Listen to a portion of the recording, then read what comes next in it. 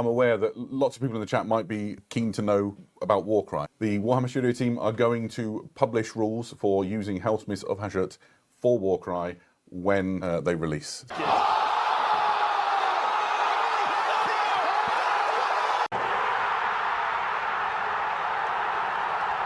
The Helsmiths of Hashut are coming to Warcry. We've seen this already. As of the time of recording this, it would have been around about a week since they were announced. But today, what we're going to be doing is we're going to be taking a look at the Helsmiths of Hashut. We're going to be looking at those models specifically, and we're going to be doing a little bit of theory crafting about what I think the stats that they're going to have, the different kinds of abilities that they're going to have, and how you're going to be able to use them in your games of Warcry when they're released, I guess, nearer to the end of the year. We're getting there. Slowly and surely. Yeah, I know things have been a bit slow recently, but I'm doing my best here to put out stuff for you. What I wanted to do is I wanted to say a big thank you for everyone who continues to support the channel and continues to support the work that we do here to try and push out these games to more and more people. For you guys who have not yet done so, if you like what you see, please give me a subscribe, give me a like, and put a comment down in the comment section below about what you think about this video. For you guys who want to throw some more support my way, you can check me out on Patreon, you can become a YouTube member, you can join my Discord. All links for that are going to be down in the comment section below. But again, even if you don't want to, thank you for everyone. Let's carry on. Let's make it a great 2025. But for now, let's get back to the video. First up, what I want to talk about is how Games Workshop specifically designs their rules. There was a video that went up on Warhammer, not on Warhammer Community, what's it called? Warhammer Plus, where the two designers of Age of Sigmar themselves, they were really talking about how they go about designing the rules for their miniatures. You guys can go and check that out if you want to, but the long and the short of it is what they do is they look at a similar profile, so they know that an elf looks like an elf, a human looks like a human, a dwarf looks like a dwarf, and then they will look within those factions to try and figure out what kinds of profiles those different models might be. And then on top of that, they'll look at the background, and then they'll try and give those models flavorful abilities that work with what they're supposed to be doing in the background. So, for example, let's say Vizix Scour, the big old vermin lord, but he's more like a prophet, like wizard priest kind of thing. He has a lot more buffing abilities than your normal vermin lord would have normally. He's still really good in combat because he's a vermin lord and he gets those stats because that's his basic form.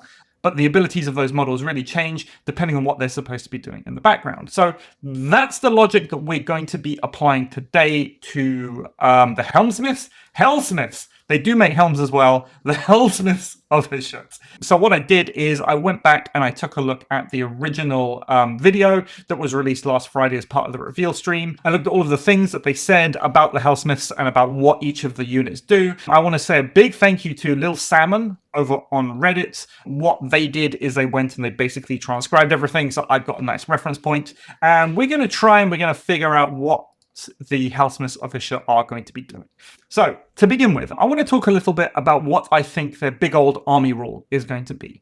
Basically, what the guy said on the reveal stream is an army mechanic is going to be harnessing the demonic powers within your units, and you're going to be able to use those demonic powers to boost the stats of your units as they are fighting. So your shooty guys, they'll be able to get bonus strength, bonus damage, bonus rend. Your big, like, mecha bull dreadnought thing is going to be able to boost its attacks, boost its damage. So that's where I think the overall army mechanic is going to be. And I've been looking in Warcry to see what kind of similar analogies there might be. And I've been looking specifically at stacking abilities, so things like Sharpen, things like Oath to Murder from Dark Oath, giving your units tokens to make them more powerful, being able to use those tokens to do other things. Ruination Chamber did this very recently, where you can use Memories of Past Glories to gain Ruination tokens, and then use those Ruination tokens in your various abilities. So that's where I think we're going to be with the overall army ability. I think it's going to be something along the lines of,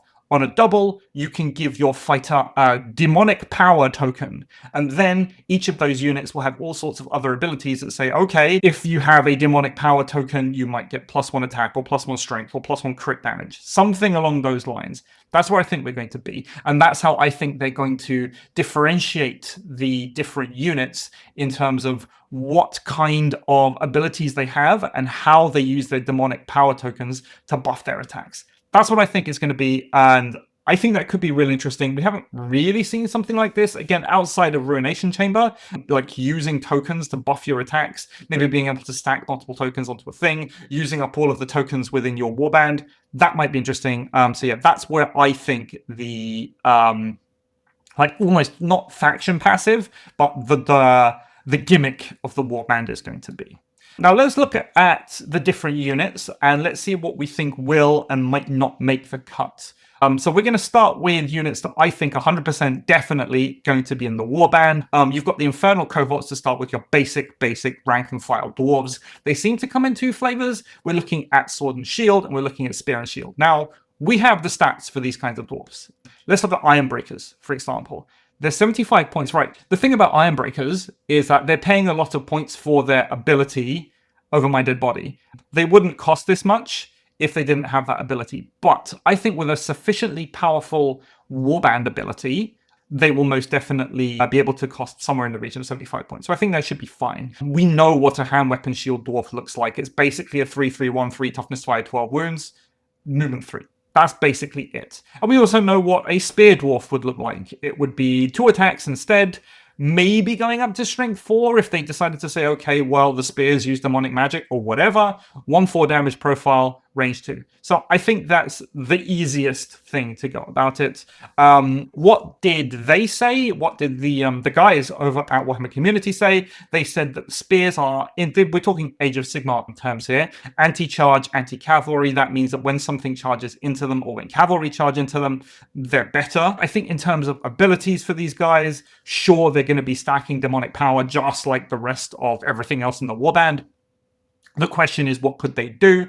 I think the spears, if we go buffing, I think is the way to go with this. Probably we're looking at +1 crit or something like that, or maybe we're looking at +1 strength, or probably even +1 damage on your basic guy. I think that might be sensible. And one of the questions that we have is the entire warband, almost, apart from the Hobgrots that we're going to look at, are basically going to be movement 3. So how do we boost that? Maybe we use something in the demonic power mechanic to be able to boost that ability. Maybe some kind of AoE move. Something like that, possibly. But we'll see when it comes up. The other unit I think is most definitely going to turn up are these guys. So the Gizmalock? Gizmalock. The guys with Gizmalock Blunderbusses or Karathgrun Flamehurlers. Apparently, the Blunderbusses are longer range and the Flamehurlers have shooting combat. When we're looking at the rules, what Warhammer Community said, they said that through the army ability, you can power them up all the way up to Ren 3, dealing multiple damage. So that could be very strong. We're talking about the Flamehurlers in this case. Now, my question is, we know what a Flamehurler looks like. Hordes of Hashut famously have Flamehurlers.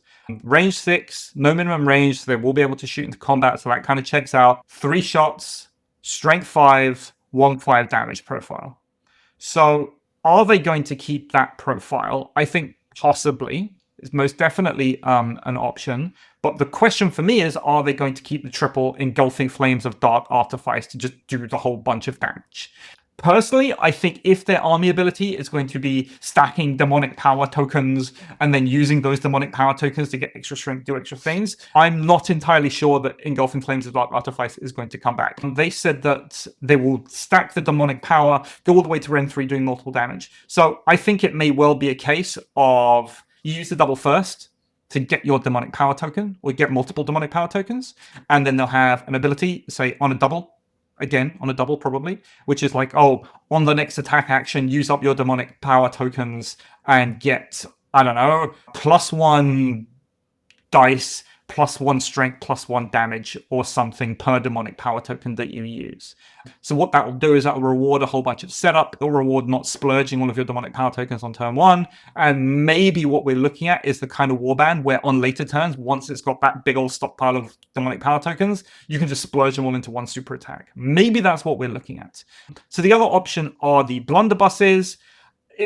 There aren't really any analogies in Warcry for a Blunderbuss. I took a look, I didn't really see it. I think in terms of stat line, when you think Blunderbuss, you're probably looking at more shots, lower strength, lower damage. So that's why here I've got Emmerich Ironhail in front of us. Maybe that's the kind of stat line we're looking at. But the thing that's almost probably guaranteed is the fact that there will all be movement 3. There will probably be toughness 3, maybe toughness 4. These guys are kind of lightly armored, and Games Workshop, again, when they're designing their models, they look at the models and they say, when they're designing the rules for their models, they look at the models and they say, all right, what do they got? So these guys are lightly armored. So probably toughness 3, maybe toughness 4, most definitely minimum 12 wounds. Points values, again, I think we're probably looking at Demolisher with Flamehurler, Enric, like that kind of points range, because any kind of shooting attack, if it's pretty good, is going to come at a premium. It may well be that Games Workshop decides to tone them down a little bit, so somewhere in the region of 120 points, 120 to 130 points is what I'm thinking, especially if they don't have ready access to movement buffs. What else is definitely going to be in the Warband? The Hobgrot Vandals. Over Warhammer community, they said that they can scout, so we'll assume that they have some kind of pre-game movement of sorts. And these guys are supposed to be the speed that go with the slow kind of heavy hitters. Now, in old fantasy, when Chaos Dwarves were about and were a thing, the Hobgrots were basically like the meat. They were the chaff of the army, like lots and lots of Hobgrots. And then Chaos Dwarves themselves, because they were less numerous, you would have far fewer Chaos Dwarves. So the Hobgrots are really designed to be that bulk of your army, and they will run around and do things. So let's think about first what Warhammer community said with the scout move. We already have units that have a scout move. I'm thinking of Brayherd Ambush. So on turn 1, on a double, you get a bonus move action. That's totally a thing. There is a hero model in that unit. So I was thinking about ways that that hero model might have some kind of interactivity with the rest of their unit. And I was thinking about the ability you hold them off from Cruel Boys. So what the boss gets to do is he gets to push around Stadgrot to go and do other things. And that's what You Hold Them Off does. And I think that would be a very flavorful ability for the Hobgrots to have. When we're looking at their stat line, they said that these grots specifically are better armed and better armored than their Cruel Boys counterparts. So I reckon base stat line, we're just looking at Hobgrot Splitter? Hobgrot Slitter with toughness 4, probably without that ranged attack, like very basic 3-3-1-3 profile, 70 points, like that kind of thing. I don't think they're going to be crazy, but I think with some kind of ambushing rules to be able to get to different objectives quickly, and maybe some kind of bonus activation rule, I think that could be okay. Lastly, the things that I'm almost 100% sure are going to come over are the Bull Centaurs and the Anointed Sentinels. Now, on the Bull Centaurs, they said that their charge is powerful enough to trample and kill the enemy, even before their brazen mauls fall with crushing force. This implies a roll dice for each model in the unit, on a 3+ inflict 1 mortal wound style ability. So we know that there are abilities like this already in Warcry. Gore Grunter Charge is a great example of one. So after the fighter moves, does a whole bunch of damage to the thing it moves into. That's very straightforward. That's kind of okay. On the Anointed Sentinel sides of things, it says that they have counter charge specifically and not anti-charge. If the Bull Centaurs are for running in and doing damage whilst they're in there, the Anointed Sentinels are going to be for doing damage once they're already in combat. The way I interpret this in Warcry sense is I was thinking about abilities like Berserk Whirlwind off of Iron Jaws. So if you're already in combat, you're going to allocate a whole bunch of damage points. In terms of the stat line for these guys, I think they're going to be fast, but relatively fast compared to your Chaos Dwarves. I don't think these guys are going to be running around at Varangard speed. I don't think their stats are going to be Varangard level, because ultimately they're just like big dwarves on cow bodies, right? So I think they're going to be relatively tough, but I think that toughness is going to come in the form of wounds rather than armor. I think it's more likely that the Bull Centaurs are going to have something like toughness 5, and Anointed Sentinels are going to have something like toughness 4. And if we're looking at some kind of an analogy for their stat line,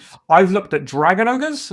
I think that could be where we are. Something like Dragon Ogre, Minotaur, that kind of level, especially because you do already have these fighters who are in that kind of mid-speed category, fairly bulky with a lot of wounds. The Dragon Ogre with paired weapons, just like the Bull Centaur, so 5 attacks, strength 4, 2-4, or the Warglaive, so a bit longer range with 2-5 damage profile.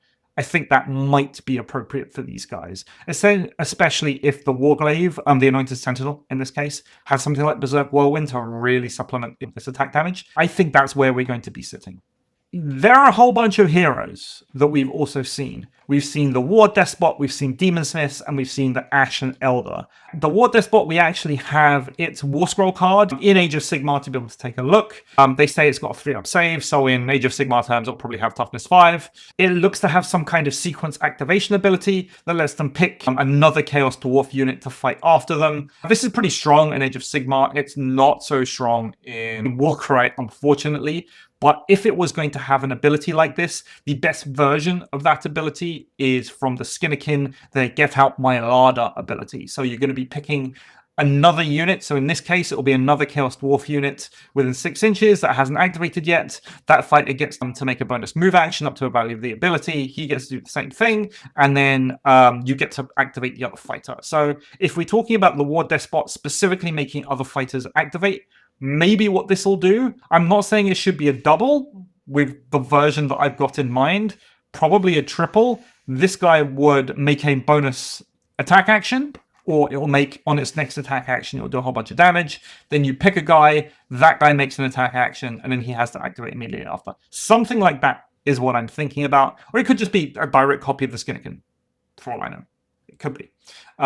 He's got a couple of other abilities, Black-Hearted Conqueror. He's got Crit Mortal, which means he gets to get additional crit damage if he does mortal wounds. In terms of his stat line, we kind of have the template for what a Chaos Dwarf hero should look like. I'm thinking about the Warden King. I'm thinking about the Arcanaut Admiral. I think it will be closer to the Warden King. I think the thing will have toughness 5, 4425 or 4435 damage profile in that kind of in that region. Going back to the army-wide ability where it could use like demonic power to boost its strength, maybe it's a case of everyone has the double to get tokens and everyone has access to another double, which gives some kind of boosted ability on the tokens, and then they'll have their abilities on top of that. Maybe that will be the case. Again, I don't know. This is wish listing, but I think it could be interesting if it works like that. Moving on to the Demon Smith and the Ashen Elder, we didn't really get much information about those. We know that the Demon Smith is both a wizard and it can heal war machines. It's unlikely there are going to be war machines in this warband in Warcry. I don't think we're going to get like the barrage cannon that's going to fire rockets. I don't think that's going to be the case. The Ashen Elder is a priest, but we don't know all that much about it. Stat lines, I think they're going to be very similar to a Rune Lord, most likely with an additional shooting attack. You know, the normal 2-shot strength 3, 3-6, like range, 9-inch range weapon. I think they'll both have that, probably, if they are both wizards and they're both going to have Wizard Bolt. I think there's space for these guys to be your buffers of the army, either buffers or debuffers. Maybe they will have one of each, doing things like Fight for Profit, for example, boosting the attacks of things near it, or maybe doing like -1 attack aura, -1 damage aura, or like +1 toughness aura, that kind of thing. Maybe using demonic tokens to be able to apply AoE buffs instead of specific targeted buffs. That's where I think they're going to be. But again, we have very little information about these guys. Going into things I think might be in the warband, but not necessarily. I don't know. The Dominator Engine, the big old cow dreadnought. Guys over on my Discord have done a lot of work to try and figure out how big this thing is. Apparently, it's on something like an 80mm base. And in Warcry, that's problematic because we like a lot of terrain, and an 80mm base, especially on a model that has to walk places, isn't really going to be able to get places quickly. So, for my mind, the Dominator Engine might take one of two forms. The first one, I think it might end up being a monster, like a specific Chaos Dwarf faction-locked monster, in which case, you know, all bets are off in terms of what kind of stat line it could have. On the other side of things, I think it might be close to something like a Fulmroid Crusher in stats, or Storm Fiends. I think Storm Fiends specifically are very interesting in this, because we know that the Dominator Engine is going to be extremely tough in Age of Sigmar, and it's going to have 2 War Scrolls, one for double cannons, one for choppy arms, and there are already models like that in the Storm Fiends. It's true that Rat Ogres, like the new Rat Ogres, are better than Storm Fiends, but I imagine if they ever redid the Storm Fiends to take into account how good the new Rat Ogres are, we're probably looking at something like 300 points. We're probably looking at something like toughness 6. We're probably looking at something like some kind of ridiculous extreme damage profile. I mean, Storm Fiends aren't bad. like when we're looking at it. The melee profile of Storm Fiend that I was looking at is Grinder Fists, 4 attack, strength 5, 4/8, very good damage profile. And then you've got double cannons. I was looking at warp fire projectors, but really any kind of ranged attack could kind of work for them. Warhammer community guys have said that when you harness demonic power, using them on a Dominator engine is particularly devastating. Now, we don't know what particularly devastating actually means, but it may well be that I'm thinking of something like the Wilder Fiend. If you think of the Wilder Fiend's quad, where it basically gets all the abilities, maybe the Dominator engine would have something similar, where it's a quad, but it adds a ridiculous amount of stats to it. Maybe a free move and attack action, something like Rampage with boosted dice. Something like that would class to me, at least, as particularly devastating. Again, I think it's going to be sitting at somewhere, if we see it, somewhere around about 300 points, maybe even a bit more. But yeah, like a model of this size, kind of all bets are off in terms of its stat line. Like I said, closer to Fulminate Crusher than anything else. Things that I don't think we'll see. I don't think we will see character on Giant Brazen Bull. I don't think that's going to come. This is the special character version that I've got for you on the screen. But there's also a normal character version. It's too big. It doesn't really fit into Warcry. If they did put it in, it would basically be a Chimera, and we've had a Chimera, and we know what that is. Similarly with the rocket battery, we don't really have artillery in Warcry. The closest thing probably is some kind of Stormcast with big old bow. So I don't think this will be here either. So yeah, I don't think this is going to be something we're going to have to worry about.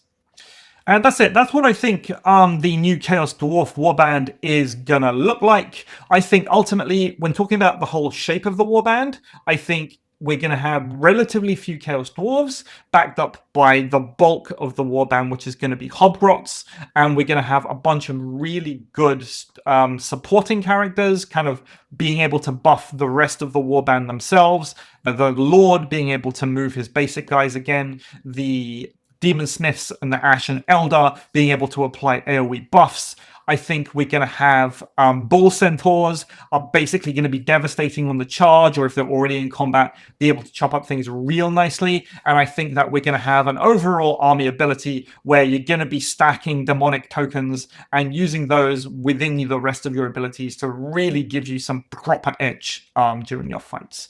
That's what I think is going to come. Tell me what you think is going to come. Put down in the comments what you think, and we'll have a good chat about how excited we are to see Chaos Dwarves finally come to our games of Warcry.